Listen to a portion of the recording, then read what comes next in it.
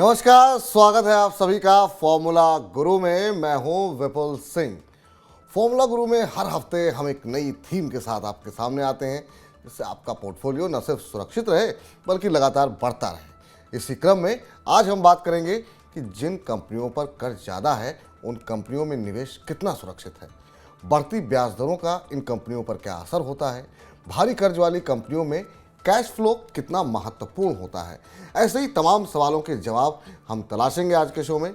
लेकिन सबसे पहले उन बड़े सवालों पर नज़र डाल लेते हैं जिन पर आज हम अपने एक्सपर्ट के साथ, अपने फॉर्मूला ग्रुप के साथ चर्चा करेंगे। तो एक एक करके वो तमाम सवाल आपकी स्क्रीन पर आएंगे। पहला महत्वपूर्ण सवाल ये कि ज़्यादा कर्ज वाली जो कंपनियां हैं उनमें निवेश करते समय किन चीज़ों को परखना चाहिए, किन चीज़ों को देखना चाहिए, क्योंकि इसको लेकर के अब काफ़ी सारी चिंताएं सामने आ रही हैं। दूसरा महत्वपूर्ण सवाल कि अगर कंपनी पर ज़्यादा कर्ज हो तो इसका असर कंपनी के ऊपर क्या पड़ता है।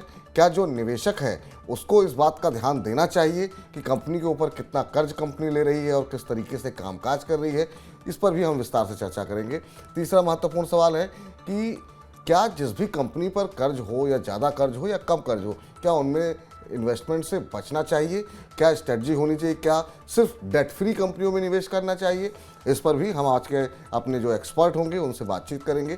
चौथा महत्वपूर्ण सवाल है कि कर्ज वाली कंपनियों में कैश फ्लो का क्या महत्व होता है। क्या अगर कैश फ्लो बना हुआ है कंपनी के पास तो क्या वाकई में कंपनी सुरक्षित है और क्या रेशियो होना चाहिए, इस पर भी हम अपने एक्सपर्ट से बातचीत करेंगे।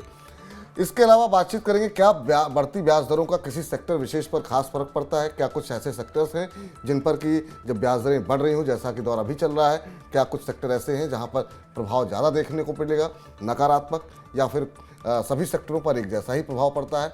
इस पर भी हम बातचीत करेंगे। डेट इक्विटी रेशियो क्या होता है और डेट इक्विटी रेशियो कितना डेट इक्विटी रेशियो निवेश के लिए अच्छा होता है, तो इसका एक फॉर्मूला हम तलाशने की कोशिश करेंगे अपने एक्सपर्ट के साथ बातचीत करके कि जब आप कोई कंपनी चुन रहे हो तो आपको इस आंकड़े पर क्या नज़र डालनी चाहिए, और नज़र डालनी चाहिए तो कितना महत्वपूर्ण यह आंकड़ा होता है। सातवां प्रश्न है कि बढ़ती ब्याज दरों के दौर में क्या कर्ज वाली कंपनियों के से जो निवेश है वो निकाल लेना चाहिए। जिन कंपनियों में आपका निवेश है, अगर उनके ऊपर डेट ज़्यादा है और ब्याज दरें बढ़ रही हैं, तो क्या इस समय कैश पर ही बैठना चाहिए, अपने इन्वेस्टमेंट, अपना पोर्टफोलियो में कोई बदलाव करना चाहिए, ये भी समझेंगे हम। और इसके अलावा ज़्यादा कर्ज वाली लार्ज कैप या मिड कैप, कहाँ निवेश डूबने का खतरा ज़्यादा रहता है। बहुत लोग कहते हैं बड़ी कंपनियां सुरक्षित कंपनियां होती हैं, लेकिन हमने देखा अदानी ग्रुप के अंदर किस तरीके से गिरावट देखने को मिली। तो आज अपने एक्सपर्ट से ये भी हम पूछेंगे कि आखिर में अगर कंपनी ने कर्ज ज़्यादा ले रखा है तो इस पर क्या सिर्फ छोटी कंपनियों पर असर पड़ता है या दिग्गज कंपनियों के शेयर भी टूटते हैं, कहाँ पर डूबने का खतरा ज़्यादा होता है। नौवां सवाल ये कि अभी बहुत सारी ऐसी कंपनियां हैं जिनके ऊपर बहुत ज़्यादा कर्ज है, उनमें से किस तरह की कंपनियों से दूर रहना चाहिए।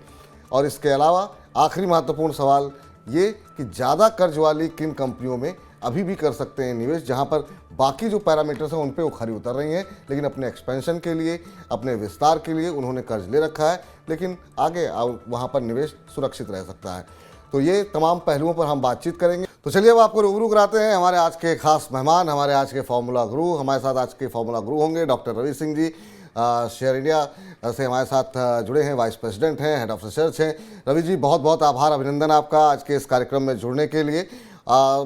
कैसी लग रही है आज की थीम आपको, और महत्वपूर्ण सवाल उससे साथ साथ ये भी जानना चाहेंगे कि या अभी बाजार की रेंज को किस तरीके से आप देख रहे हैं, और जिस तरीके से बाजार फंसा रहा है और बहुत सारे लोग समझ नहीं पा रहे हैं कि मंदी करें या तेजी करें, दोनों तरफ से जो है बाजार एक रेंज में ही फंसा हुआ है। पहले तो विपुल जी धन्यवाद मुझे यहाँ बुलाने के लिए, और आप इतना यूनिक सब्जेक्ट लेके आते हैं और एक तरीके से आम आदमियों की नब्ज आप पकड़ के रखते हैं। और मुझे लगता है कि खास तौर से मनी नाइन पे जो फॉर्मूला गुरु अगर नहीं देख रहे हैं वो अपनी लाइफ का कुछ ना पार्ट मिस कर रहे हैं। और अगर उन्हें पैसे बनाने हैं, इन्वेस्टमेंट अच्छा करना है, तो फॉर्मूला गुरु को फॉलो करना चाहिए, क्योंकि आप इतने बेसिक कॉन्सेप्ट लेके आते हैं कि अगर आप उसे थोड़ा भी समझ लेंगे तो आपके पोर्टफोलियो में चार और चांद लग जाएंगे। बहुत बहुत शुक्रिया सर इस हौसला अफजाई के लिए। और आप जैसे जो एक्सपर्ट होते हैं उनकी बातों से हमारे दर्शक काफ़ी लाभान्वित होते हैं, और बहुत सारे आपके प्रशंसक लगातार जो है रिक्वेस्ट करते रहते हैं कि रवि जी को अक्सर कार्यक्रम में लाया कीजिए, और आप जिस तरीके से समझाते हैं वो निश्चित रूप से आम आदमी के लिए बहुत अच्छी बातें होती हैं। बाजार की दिशा कैसे देख रहे हैं सर आप?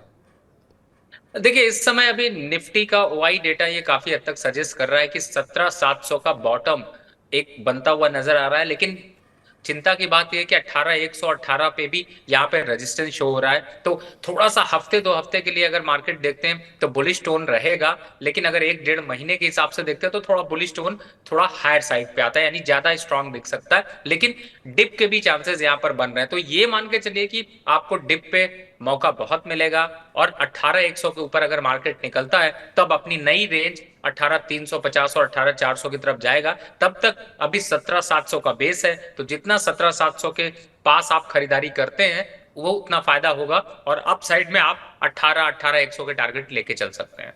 चलिए 17,700 के नज़दीक आने पर जो है खरीदारी करें, 18,100 का स्तर जो है वहाँ पर आप चाहें तो अपना जो एक रेंज बनी हुई है उसमें प्रॉफिट अपना बुक कर सकते हैं। चलिए लौटते हैं आज की थीम पर, और आज की थीम हम इसलिए लेकर के आए क्योंकि जिस तरीके से बाजार में एक तरीके से कत्लेआम देखने को मिला, बाजार काफ़ी तेज़ी से गिरा और ख़ासतौर से अदानी ग्रुप के शेयर गिरे हैं। एक रिपोर्ट आती है हिंडनबर्ग की और उसके बाद से तमाम सवाल उठने लगे हैं, खासतौर से कंपनी पर जिस तरीके का कर्ज है। तो इसको लेकर के हमने सोचा कि क्यों ना कर्ज वाली कंपनियों पर विस्तारपूर्वक चर्चा की जाए। जरा कुछ एक कंपनियां, पहले तो आज के सवाल पहले से पूछने से पहले जरा हम चाहेंगे कि कुछ एक कंपनियां दिखा दें, और लार्ज कैप कंपनियां जो दिग्गज कंपनियां हैं किस तरीके का कर्ज है उनका और किस तरीके की मार्केट कैप वहाँ पर देखने को मिल रही है। अदानी ग्रीन पे 53,612 करोड़ का कर्ज है। अदानी ट्रांसमिशन 32,870 करोड़ का कर्ज यहाँ पर है। टीवीएस मोटर्स में 15,297 करोड़। टाटा मोटर्स पे आप देख रहे हैं। अदानी पावर पे भी यहाँ पर हम देख रहे हैं कि 48,795 करोड़ का कर्ज है, टाटा पावर है। और ये हमने सिर्फ लार्ज कैप कंपनियाँ आपको दिखा रहे हैं। भारतीय एयरटेल और टेलीकॉम सेक्टर में हम देख रहे हैं कंपनियों के ऊपर काफ़ी ज़्यादा कर्जे हैं। इसके अलावा जरा बाकी के कंपनियों को दिखाइए जहाँ पर सबसे ज़्यादा कर्ज देखने को मिल रहा है। अदानी इंटरप्राइजेज जहाँ पर लगातार खबरों में बना हुआ है, यहाँ पे 40,000 करोड़ से ज़्यादा कर्जा है। पावर ग्रिड में हम देख रहे हैं कि ठीक ठाक कर्जा, यहाँ पर 13 लाख करोड़ से ज़्यादा का कर्जा है। एमएनएम पे हम 74,000 करोड़ का कर्जा देख रहे हैं। एनटीपीसी, इंटरेस्टिंग है कि एनटीपीसी की जो मार्केट कैप है वो हम देख रहे हैं 16,867 करोड़ रुपए है, लेकिन कंपनी पर जो कर्ज है वो 20 लाख करोड़ से ज़्यादा है। तो ये स्थिति यहाँ पर देखने को मिल रही है। एलएनटी को आप देख सकते हैं, यहाँ पर भी ठीक ठाक कर्ज कंपनी के ऊपर 12 लाख करोड़ से ज़्यादा का कर्ज है। तो ये एक वो कंपनियां हैं जो दिग्गज कंपनियां हैं, लेकिन इन दिग्गज कंपनियों पर कर्ज भी काफ़ी भारी है। और अब हम सिनेरियो जो है जिस तरीके से बढ़ती ब्याज दरें हैं तो निश्चित रूप से कंपनियों को ब्याज भी ज़्यादा चुकाना पड़ रहा होगा। तो आप अपने सवाल को शुरू करते हैं एक एक करके। सबसे पहले तो आपसे जानना चाहेंगे रवि जी की जो ज़्यादा कर्ज वाली कंपनियाँ होती हैं उनमें अगर हम इन्वेस्टमेंट करते हैं और ये मान करके कि कंपनी के ऑपरेशन अच्छे चल रहे हैं, कंपनी कामकाज अच्छा कर रही है, ये सब दिग्गज कंपनियां हैं, एलएनटी हो या फिर अदानी ग्रुप की कंपनियां भी सारी दिग्गज ही थी, और उसके बाद से जिस तरह की गिरावट देखने को मिली है तो बहुत सारे लोगों का दिल बैठ गया है। क्या कुछ कैसे परखें अगर कंपनी के ऊपर ज़्यादा कर्ज है तो? देखिए, इंपॉर्टेंट मैंने इसीलिए स्टार्टिंग में ही कहा था कि ये इंपॉर्टेंट इसलिए है कि आपको आज फॉर्मूला मिलने वाला है कि आपको कैसे कंपनियों को एनालाइज करना चाहिए। देखिए, चाहे स्मॉल कैप की कंपनी हो, लार्ज कैप की कंपनी हो, मिड कैप की कंपनी हो, लेकिन 4 इंपॉर्टेंट फैक्टर जिन्हें आपको जरूर ध्यान देना चाहिए। और आज आपने चूंकि यहां पर डेट की बात की, तो सबसे पहले मैं यही कहूंगा कि कंपनी में पहला जो नंबर है वो ये जरूर देखिए कि इंटरेस्ट कवरेज रेशियो कितना है। अगर इंटरेस्ट कवरेज रेशियो यहाँ पर बहुत हाई है तो इसका मतलब है कि प्रॉब्लम, परेशानी आपको यहाँ पर मिल सकती है। दूसरा है, आपका पॉइंट है कि रेवेन्यू कितना है, और तीसरा पॉइंट है कि एबिटा यानी क्वार्टर ऑन क्वार्टर ग्रोथ कितनी है।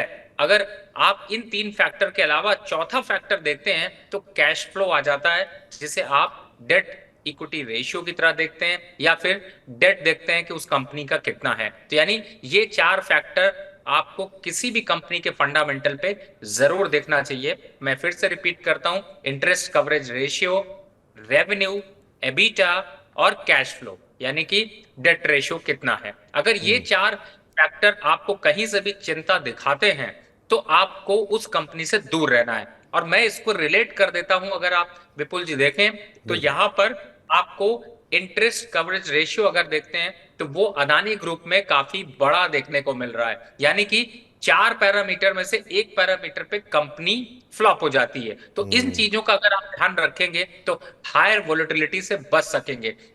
और सबसे बड़ी बात है कि रेवेन्यू और एबिटा की ग्रोथ कितनी है, कितना नॉर्मल है और कितना कैश फ्लो है कंपनी के पास। अगर कैश फ्लो अच्छा है, ठीक ठाक है, रेवेन्यू एवरेज है, एबिटा ग्रोथ भी नॉर्मल है, तो इंटरेस्ट कवरेज रेशियो का उतना फर्क नहीं पड़ेगा। लेकिन अगर इंटरेस्ट कवरेज रेशियो यहाँ पर यानी इंटरेस्ट बहुत ज्यादा लग रहा है, कैश फ्लो उतना नहीं है, रेवेन्यू भी कम हो रहा है, एबिटा भी कम हो रहा है, तो चिंता की बात है, अलर्ट की बात है। ये चारों नंबर्स याद रखिए, इन चारों में जिसमें भी छेड़छाड़ दिखे आप उस कंपनी से दूरी बना लें। बिल्कुल।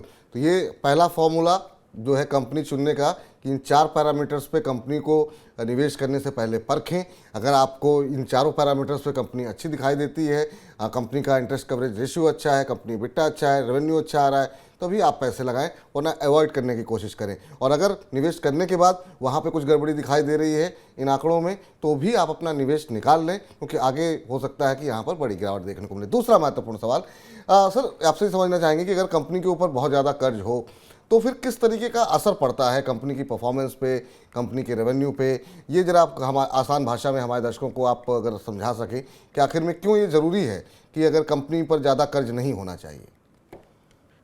देखिए, सबसे बड़ी बात है कि कंपनी अगर ज्यादा कर्ज ले रही है तो इसका मतलब है कि कंपनी की सेल्स और रेवेन्यू उतना बढ़ा नहीं है, या फिर कंपनी में प्रॉफिटेबिलिटी कम हो जाएगी। उनका ज्यादातर पैसा जो उन्होंने लोन ले रखा है उसकी इंटरेस्ट यानी ईएमआई पे करने में चला जाएगा। तो ये अगर यहां पर कोई भी कंपनी अपना रेशियो ज्यादा रखती है, यानी कि अगर डेट रेशियो की तरफ अगर रेशियो को कंपैरिजन करें, या फिर सिंपल ये समझें कि कर्ज अगर अपनी किसी भी कंपनी ने ज्यादा ले रखा है तो उसको ज्यादा इंटरेस्ट पे करना पड़ेगा और उसका सीधा असर उसके ऑपरेटिंग प्रॉफिट पे होगा और ऑपरेटिंग प्रॉफिट घट जाएगा। तो अगर ऐसी सिचुएशन आती है तो वो कंपनियों के लिए बहुत ही वर्स्ट सिचुएशन हो जाती। इसीलिए किसी भी कंपनी का अगर लोन बहुत ज्यादा है तो उस कंपनी से दूरी बनाकर रखनी चाहिए।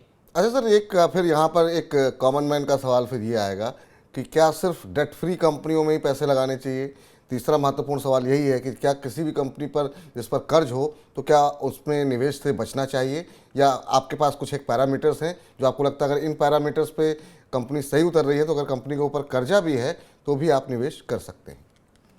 देखिए, आज स्टार्टिंग में ही मैंने पहले क्वेश्चन बताया इंटरेस्ट कवरेज रेशियो का, तो अगर इंटरेस्ट कवरेज रेशियो 1.5 और उससे ऊपर है तो कोई दिक्कत नहीं है। और ये आपको हर एक वेबसाइट, किसी भी वेबसाइट पे खोलिए, स्टॉक की डिटेल में जाएंगे, वहां पे आपको ये नजर आ जाएगा। जो भी स्टॉक प्रोवाइड करते हैं या फिर आप शेयर का नाम डालेंगे तो आप उसका फंडामेंटल पॉइंट पे वहां पे ये नजर आ जाएगा, या फिर उस नाम से आप इंटरेस्ट कवरेज रेशियो सर्च कर सकते हैं। पहला तरीका। दूसरा, अगर किसी कंपनी में ऐसी सिचुएशन होती है तो समझिए, देखिए, अगर कंपनी का सेल्स अच्छा है, पैट ग्रोथ अच्छी है, रेवेन्यू अच्छा है और कंपनी ने अपने एक्सपेंशन के लिए थोड़ा सा कर्ज लिया, कि अगर सपोज करिए कि एक कंपनी है जो कि अपने प्रोडक्शन को बढ़ाने के लिए कर्ज लेती है और सेल्स उसकी अच्छी चल रही है, तो वो अपने कर्ज को जल्द ही जो है वो चुका देगी। तो ऐसा नहीं है कि कर्ज अगर किसी कंपनी ने ले रखा है तो वो गलत है, लेकिन ज्यादा कर्ज ले रखा है तो वो गलत है। अब डेट फ्री कंपनियों की अगर बात करें तो बहुत सी कंपनीज हैं जो डेट फ्री हैं, जैसे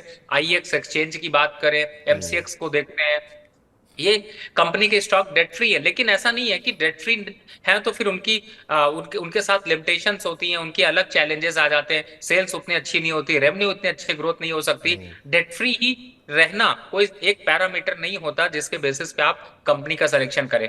जरूरी यही है कि कितना कर्ज लिया हुआ है और कर्ज किस चीज के लिए है। अगर वो एक्सपेंशन के लिए कर्ज ले रही है तो इसका मतलब है डे आफ्टर टुमारो, यानी कुछ दिन बाद आपको उससे प्रॉफिट निकलेगा, तो कर्ज भी चुकाएंगे और रेवेन्यू भी बढ़ाएंगे। तो ऐसा नहीं है कि अगर कंपनी के ऊपर कर्ज हो तो ये निगेटिव बात है। हाँ, अगर कंपनी ज़रूरत से ज़्यादा कर्ज ले ले, कंपनी क्यों कर्ज ले रही है ये इस बारे में स्पष्टता ना हो, तब जरूर जो है आपके दिमाग में सवाल उठने चाहिए। लेकिन कंपनी अगर अपने विस्तार के लिए कर रही है तो निश्चित रूप से आज की कंपनी हो सकता है कल अपने साइज़ को डबल करने के लिए और बड़ा करने के लिए कर रही हो। तो जो पैरामीटर्स बताए गए हैं रवि जी की तरफ से, उनको ज़रूर फॉलो कीजिए आप। और कंपनी पर अगर कर्ज है और सही दिशा में आगे बढ़ रही है तो भी आप पैसे लगा सकते हैं। अगला चौथा सवाल ये होगा सर कि कैश फ्लो वर्ड आपने एक दो बार यूज़ किया और हम जानना चाहेंगे कि ये कैश फ्लो क्या होता है, और कर्ज वाली जो कंपनियां हैं जिन पर भारी कर्ज है उनमें कैश फ्लो की इम्पोर्टेंस क्या है, उसकी महत्ता क्या है, और क्यों कैश फ्लो का बढ़िया होना आवश्यक माना जाता है? देखिए, कैश फ्लो का मतलब ही सिंपल होता है कि आपके पास जितना कैश मनी है या फिर आपकी बुक में जितना पैसा है, उसका उसकी उसके बिहाफ पे आप जितने ट्रांजेक्शन्स कर सकते हो, यानी क्यू ऑन क्यू बेसिस पे अगर कैश फ्लो इंक्रीज कर रहा है तो इसका मतलब है कि आपके कंपनी की प्रॉफिटेबिलिटी यहां पर इंक्रीज हो सकती है। और कैश फ्लो जितना ज्यादा बढ़ेगा उतना ज्यादा कंपनी में कंपनी की फाइनेंशियल्स स्ट्रांग होंगे। क्योंकि अगर कैश फ्लो यहाँ पर कम होगा तो इसका मतलब है कि कोई ट्रांजेक्शन्स नहीं हो रहे, कोई फंड का लेन देन नहीं हो रहा, कुछ भी यहाँ पर जो है वो आपका डेट टू इक्विटी रेशियो उतना बढ़ा नहीं होगा। तो ये सारी चीजें अगर आप देखते हैं तो मुझे लगता है किसी भी कंपनी का कैश फ्लो एक मिनिमम रेंज में होना चाहिए। बहुत ज्यादा कैश फ्लो अगर हो रहा है तो इसका मतलब ये भी हो जाता है कि कंपनी बहुत ज्यादा ट्रांजेक्शन्स कर रही है, पैसे आ तो रहे हैं लेकिन टिक नहीं रहे हैं, उनके एक्सपेंसेस में चले जा रहे हैं। तो एक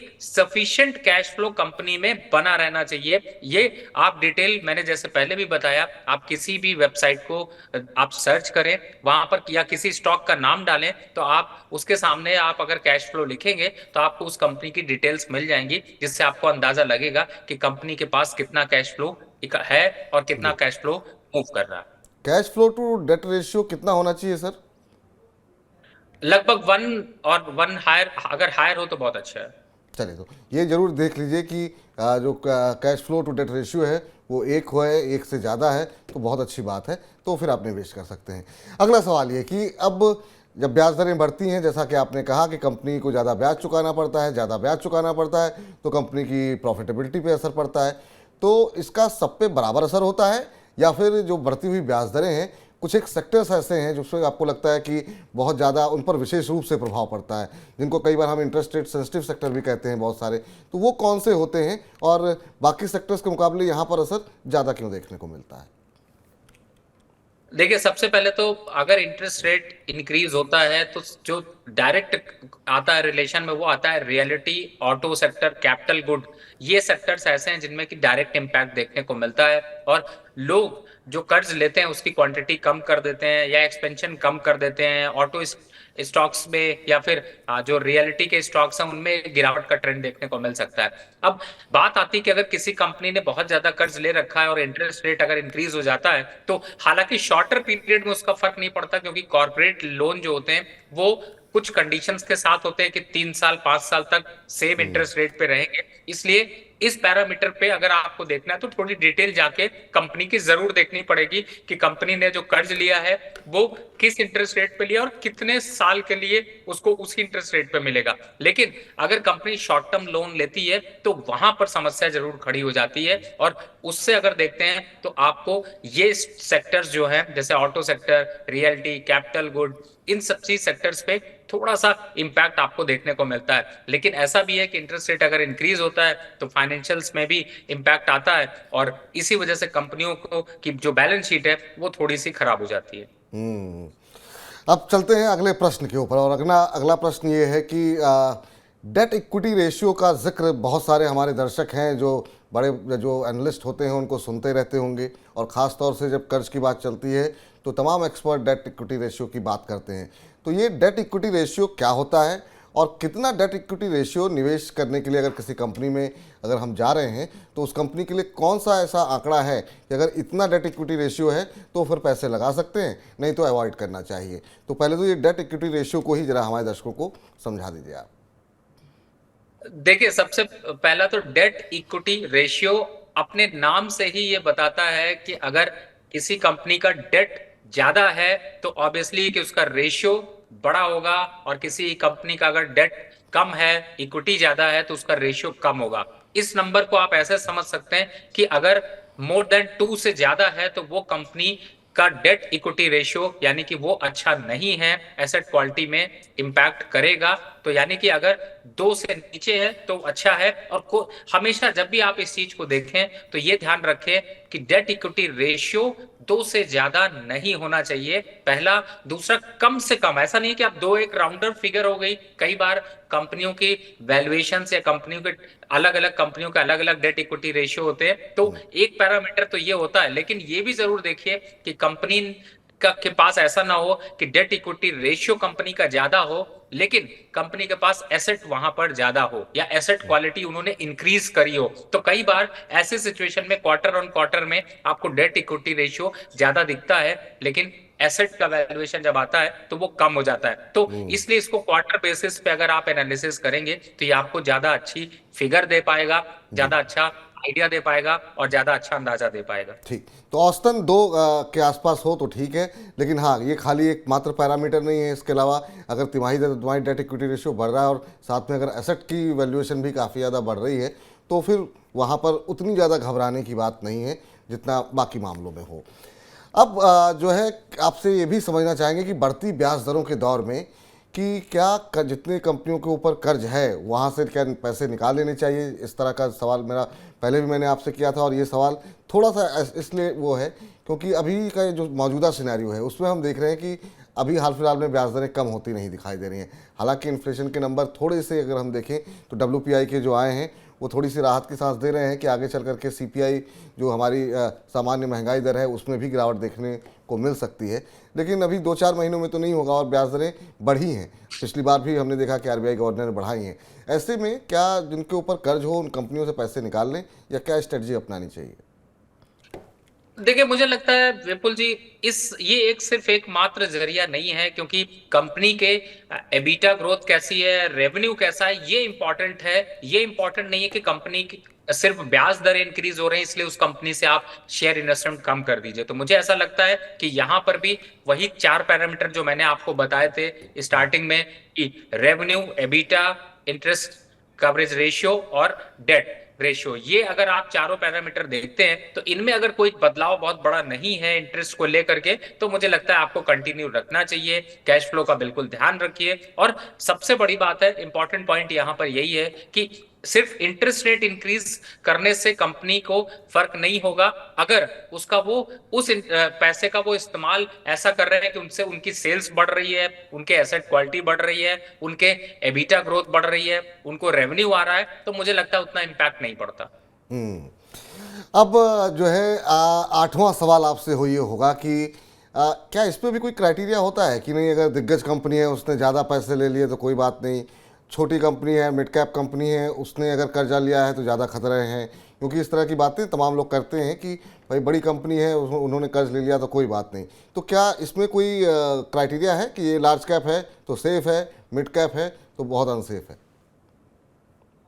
देखिए, यहां पर भी सेम ही आप देखें तो फॉर्मूला काम आएगा कि चाहे वो लार्ज कैप हो, चाहे वो स्मॉल कैप हो, चाहे वो मिड कैप हो, अगर आप अपनी कंपनी की वैल्यूएशन के हिसाब से देखते हैं और आप रेशियो को अगर कैलकुलेट करते हैं और उतना लोन लेते हैं, तो वो आपको इम्पैक्ट नहीं करेगा। अगर किसी कंपनी की सेल्स आपको 100 करोड़ की दिखाई देती है और वो 10 करोड़ का यानी लोन ले लेती है, तो उससे बहुत बड़ा इम्पैक्ट नहीं होगा। इनफैक्ट आप 20 करोड़ तक का लोन आप अगर लेते हैं तो भी उसका इम्पैक्ट नहीं होगा। तो एक रेशियो सिंपल ये समझिए कि चाहे वो लार्ज कैप हो, चाहे वो स्मॉल कैप हो, उसने लोन, कंपनी जो भी है उसने बहुत बड़ा अगर लोन ले रखा है और लोन का जो इंटरेस्ट है वो उसके प्रॉफिटेबिलिटी और ऑपरेटिंग प्रॉफिट पे इंपैक्ट कर रहा है, तब ये जगने वाली बात है। चाहे वो लार्ज कैप की कंपनी हो, चाहे स्मॉल कैप की कंपनी हो, चाहे मिड कैप की कंपनी हो, इस चीज को आपको जरूर ध्यान देना चाहिए। जी, तो इन सब तमाम चीज़ों का ध्यान रखिए आप और अपनी रिसर्च बेहतर तरीके से कीजिए। और अब कार्यक्रम के आखिरी पड़ाव की तरफ बढ़ते हैं और आखिरी दो महत्वपूर्ण सवाल रह गए हैं। एक तो ये कि सर, आप बहुत सारी कंपनियों पे बहुत सारी रिसर्च रोज़ करते हैं और बहुत सारी ऐसी कंपनियां भी आपकी आंखों से गुजरती होंगी जिन पर कर्ज भी है। ऐसे में कुछ एक कंपनियां ऐसी हैं क्या जिनको आपको लगता है कि ये कंपनियां ऐसी हैं जिनसे थोड़ी दूरी बना करके चलनी चाहिए? बहुत लोग ऐसे होते हैं कि वो पूरा शो देखते हैं इसलिए कि आखिरी में जो लब्बो लुआब जो क्रीम निकल के आती है वो लोग वही सुनना चाहते हैं। तो पहली तो ऐसी कंपनियां जिनको आप अवॉइड करना चाहेंगे, अभी आपको लगता है कि नहीं, इस तरह की कंपनियों से थोड़ी सी दूरी रहे, या अगर आप सेक्टर लेना चाहें या आप इंडिविजुअली कुछ एक कंपनियों के नाम लेना चाहें तो? देखिए, कंपनियां तो बहुत सी हैं, 5,000 कंपनी लिस्टेड है। अगर आप फिल्टर लगाएंगे तो शायद आपको 200-250 कंपनी ऐसी मिलेंगी जिनकी तरफ आपको देखना नहीं चाहिए।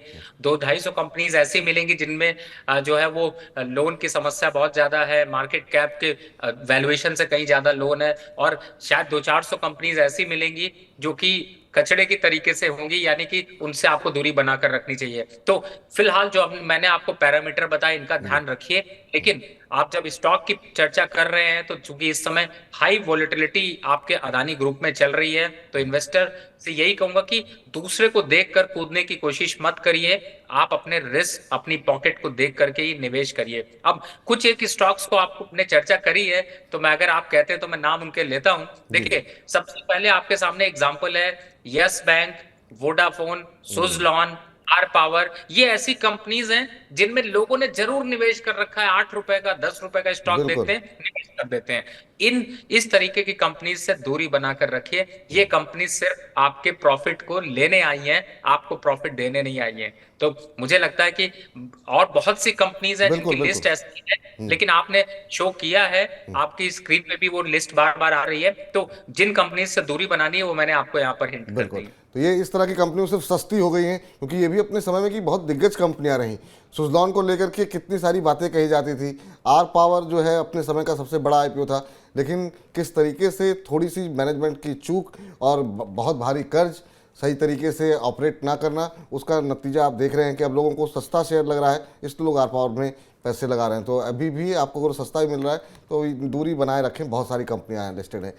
अब आखिरी सवाल पर आएंगे सर आपके पास कि अभी हम एक लिस्ट भी दिखा रहे थे लार्ज कैप कंपनियों की, हम चाहेंगे एक बार फिर से जरा वो लिस्ट एक बार दिखा दी जाए, और उन इनमें से या कुछ ऐसी कंपनियां जिन पे कर्ज तो है लेकिन फिर भी आपको लग रहा है कि नहीं ये आपकी पसंदीदा कंपनियां हो सकती हैं। अब ये 15-20 कंपनियां हम लेकर के आए हैं जिन पे काफ़ी ज़्यादा कर्ज है, लार्ज कैप कंपनीज हैं। उसमें निश्चित रूप से अदानी ग्रुप की काफ़ी सारी कंपनियां हैं, कुछ एक PSUs भी इसमें शामिल हैं। इसके अलावा हम देख रहे हैं कि Tata power, TVS motor, Tata Motors, भारतीय एयरटेल जैसी कंपनियां हैं। इनमें से या आपकी पसंदीदा कोई कंपनी ऐसी हो जिस पे कर्ज तो है लेकिन आपको लग रहा है कि बहुत अच्छे से मैनेज हो रहा है और तमाम जो पैरामीटर्स हैं उन पर वो खरा उतर रही हैं। देखिए, मैं आपकी इसी लिस्ट को आप चलने दीजिए, जिससे कि इन्वेस्टर समझ सके। मैं एक एक करके कंपनी का रिवाइज कर देता हूं, तो लोगों को ज्यादा अच्छा लगेगा। मैंने सिर्फ आपको अदानी ग्रुप से इस समय दूर रहने के लिए इसलिए कहा है क्योंकि वॉलेटिलिटी ज्यादा है। अगर आपकी पॉकेट सूट करती है तो आप उसमें भी निवेशित रह सकते हैं, लेकिन मेरे हिसाब से उनको अवॉइड रखें। आप बात करते हैं स्ट्रॉन्ग फंडामेंटल की। देखिए, power grid, M&M, NTPC, L&T, Tata power, Tata Motors, ये ऐसे स्टॉक हैं जो कि आपको ज्यादातर पोर्टफोलियो में दिखाई देंगे, चाहे वो म्यूचुअल फंड हो, चाहे वो आप इनको देखिए FIIs की होल्डिंग हो, इनमें कंटिन्यूअस आपको होल्डिंग देखने को मिलती है। तो मुझे लगता है ये वो दिग्गज कंपनीज हैं जिनमें आपको खतरे की जरूरत नहीं। टीवीएस मोटर को भी ले लीजिए, क्योंकि टीवीएस मोटर ने लास्ट क्वार्टर में भी बहुत अच्छे ग्रोथ दिखाई है। तो मुझे लगता है कि इतनी चिंता की बात नहीं है, और आप इन कंपनीज में अगर आपका निवेश है तो आपको चिंता करने की जरूरत नहीं है। आपका पैसा सुरक्षित है और सही जगह पे निवेश है, और कंपनियों की ग्रोथ के साथ आप समय समय पर फॉर्मूला गुरु जैसे प्रोग्राम को देखते रहिए और प्रॉफिट बुक करते रहिए। ये ज्यादा अच्छी स्ट्रेटेजी है। तो चलिए, अब कार्यक्रम को तो समाप्त करने का वक्त आ गया है, लेकिन ये हफ्ता जो है वो वैलेंटाइन के नाम रहा, और हमारे तमाम जो दर्शक हैं जो आपसे बड़ा प्रेम करते हैं, आपको बड़ा पसंद करते हैं, तो वो ऐसे दर्शक जो अगला अपना वैलेंटाइन डे बहुत अच्छा मना सकें और अपनी जो भी अपने परिवार के साथ या अपनी गर्लफ्रेंड, अपने बॉयफ्रेंड या किसी के साथ भी अगर जाएं तो अच्छे खासे पैसे खर्च कर सकें। तो एक साल के नज़रिए से या छोटी छोटी अवधि के नज़रिए से कुछ वैलेंटाइन स्टॉक्स अगर आप बता सकें आज के महत्वपूर्ण मौके पर। देखिए, मैं इसको और सिंप्लीफाई कर देता हूँ विपुल जी। अगर वैलेंटाइन टू वैलेंटाइन रिटर्न कमाना है और 22 से 34% का रिटर्न चाहिए, तो दो स्टॉक्स आप अपनी पोर्टफोलियो में शामिल करिए। पहला है बैंक ऑफ बड़ौदा, दूसरा है HDFC बैंक।